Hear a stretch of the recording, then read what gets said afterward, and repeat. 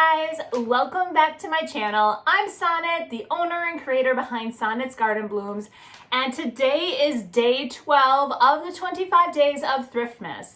So in today's video, we are going to do an ornament that I have been wanting to do for quite some time. I've been a little nervous about it since I really didn't know how to do it. So why don't you follow along with me today and I will show you the steps on how to be making this really fun glittery ornament. For starters, what you'll need is these clear plastic ornaments. I ended up finding these on Amazon. I will go ahead and link them in the description below. And this was the perfect size I felt for the ornament. I also grabbed some glitter. Now I knew that I was going to make Rudolph red, so I ended up buying a smaller glitter for that and the larger for the white, and those will be linked in the description as well. Now, to coat your inside, you do need polyacrylic. I picked up this at Walmart, this plastic container, and I put it in all the polyacrylic inside that container, and this is definitely key to make it very easy to coat your inside. Now you'll also need some red solo cups. You can definitely mix yourself one if you'd like, but really you're going to need one for each ornament that you're making. Some other supplies: a scissors, E6000, a wire cutter. I always have paper towel just in case something were to happen. And then you will need some vinyl as well. Black and white is what I chose to use today, and some type of machine to cut your vinyl on would be required. To start the project, you will need one ornament. You're going to need your polyacrylic in hand and then one red solo cup. Now the key here is I tilt it sideways and I start off squirting just a little bit in here, and you can always add more, and if you have too much in there, you can that's what the red solo cup is there for, to catch any excess. You just don't want to be wasteful either. So what I did is I start off with less, and then I just add a little bit more and a little bit more until the inside is completely coated. So you can definitely see what areas are coated and what are not. That is really nice about the poly, is that it does have like a bluish hint to it, I guess is a good way to put it. And I just keep on, like I said, just squirt a little bit in there. I start and I make sure the whole bottom is coated. Then I start on one side and I tilt it, and then I do the other side. And then when I get to the rim, that is when I'm going to bring over the red solo cup, because that's where all your excess is going to go. So I want the rim completely coated as well. So I kind of tilt it down and then sideways, and I just keep bringing it around, and I make sure the whole rim is covered as well.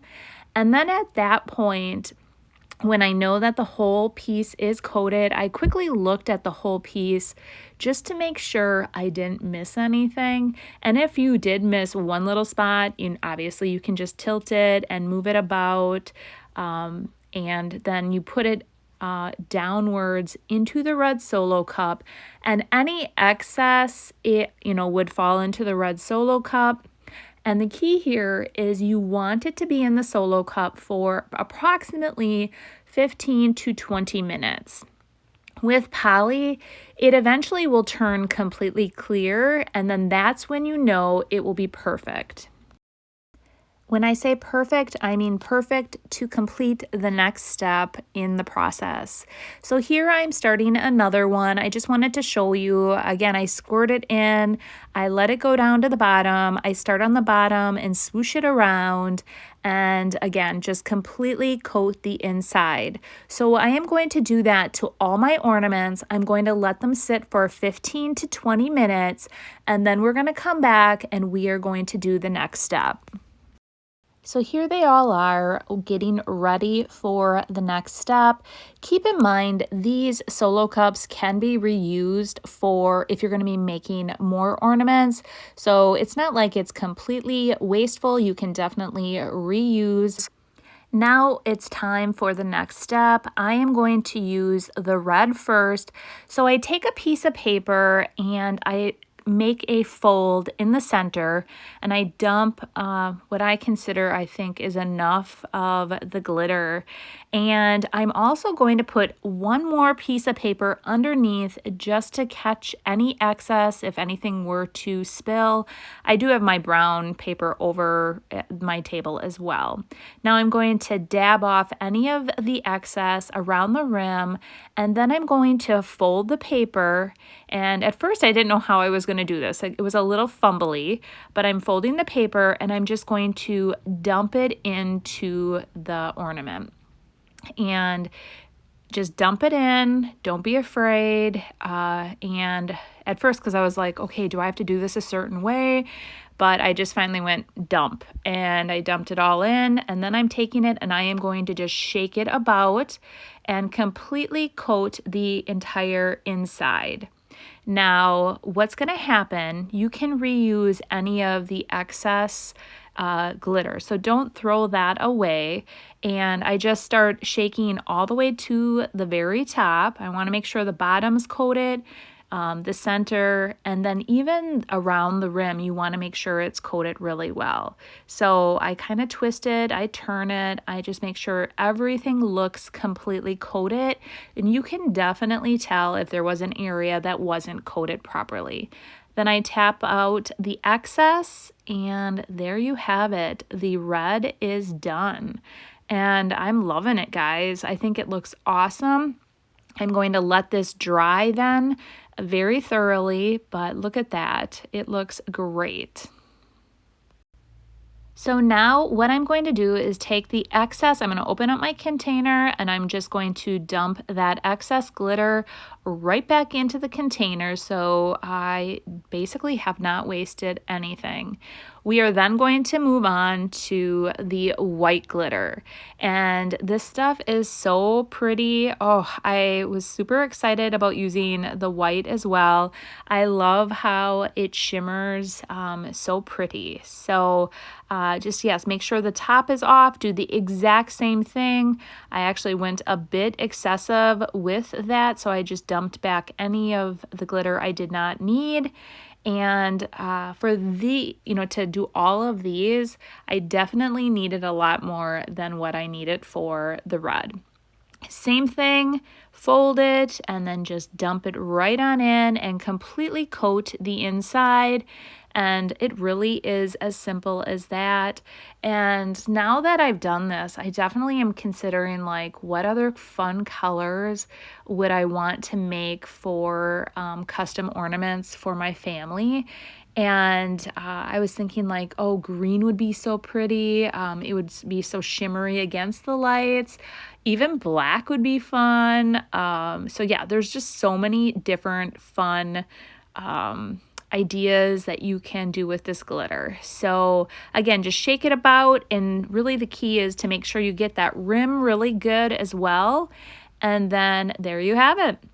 And now I'm just going to do in quick fast mode. I finish up all the rest of them, and it went super fast. So the first one I think took the longest because whenever you're trying something new, you get a little nervous. And after that, these just went like super easy.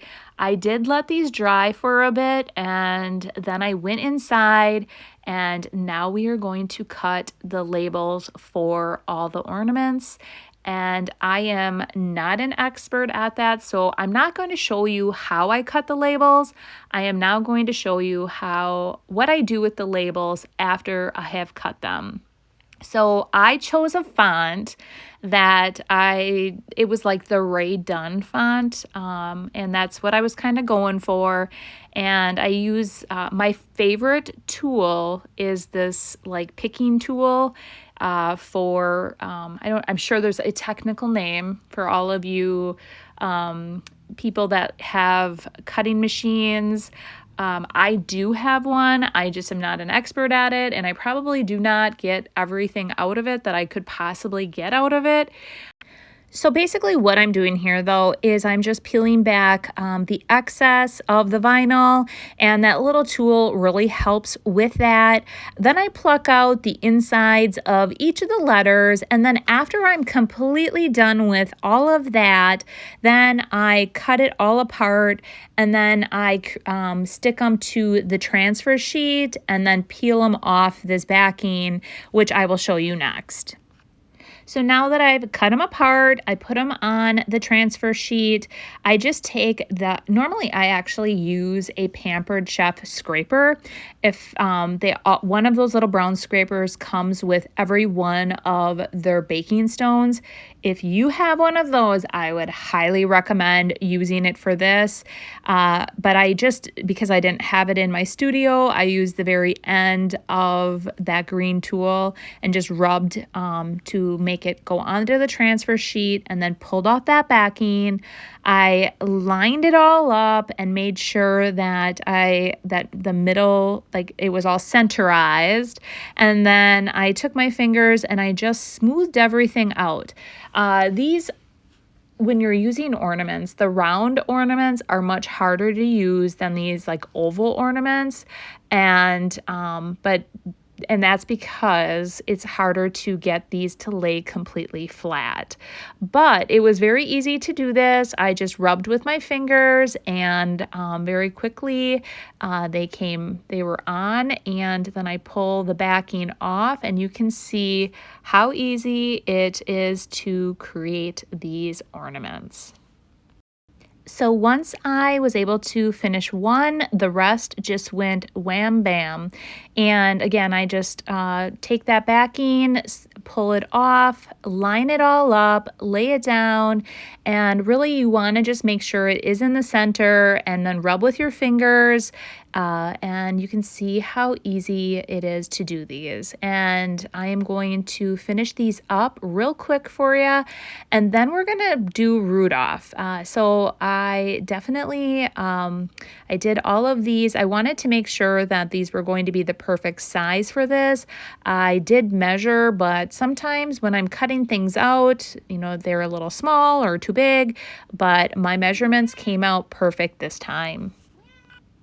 So now it's time to do Rudolph. So I went back in and I took the white vinyl, cut out the exact same size and font for Rudolph, and did the exact same thing that I did for all of the other reindeer in black. Just pulled off the excess and then put it on the transfer sheet, and then we applied it to the Rudolph. So this was such a fun and easy project, but I want to show you the rest.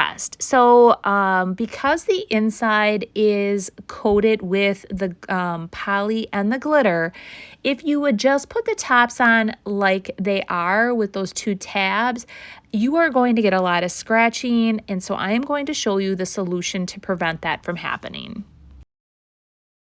So here are all the little tops, and you can see they have really long metal pieces. So initially I took my wire cutters, and I'm going to try to just trim it off. And in the end, the easiest way that I found to do this is to actually just pull that metal piece out altogether and then clip it. You just will need a little tiny tab on each side, and then that way too, when you use the E6000, that's how you're going to glue the top permanently on to the ornament. You just put that tab right back in, put a little dab of E6000 on the top, and then what I did is I held it there for a moment after I put the top back on, and then I reused my cups. I just set them all inside the cups again, but this time the top up, and it dried perfect, and then I just went on to the others.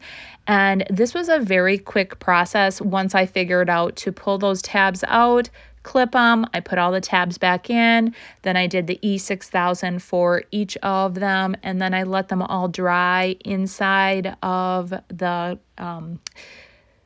red Solo cups, and then I added just a bit of embellishment. At first I was looking for just some black ribbon. I found this like buffalo check, white and black buffalo check, and I just thought it turned out super cute, and I added just a piece of ribbon to each of the ornaments. The other key thing is when you're gluing the tops on, just make sure that your round part is forward. So it's not like kitty corner or anything like that. It's actually where you see the round part forward.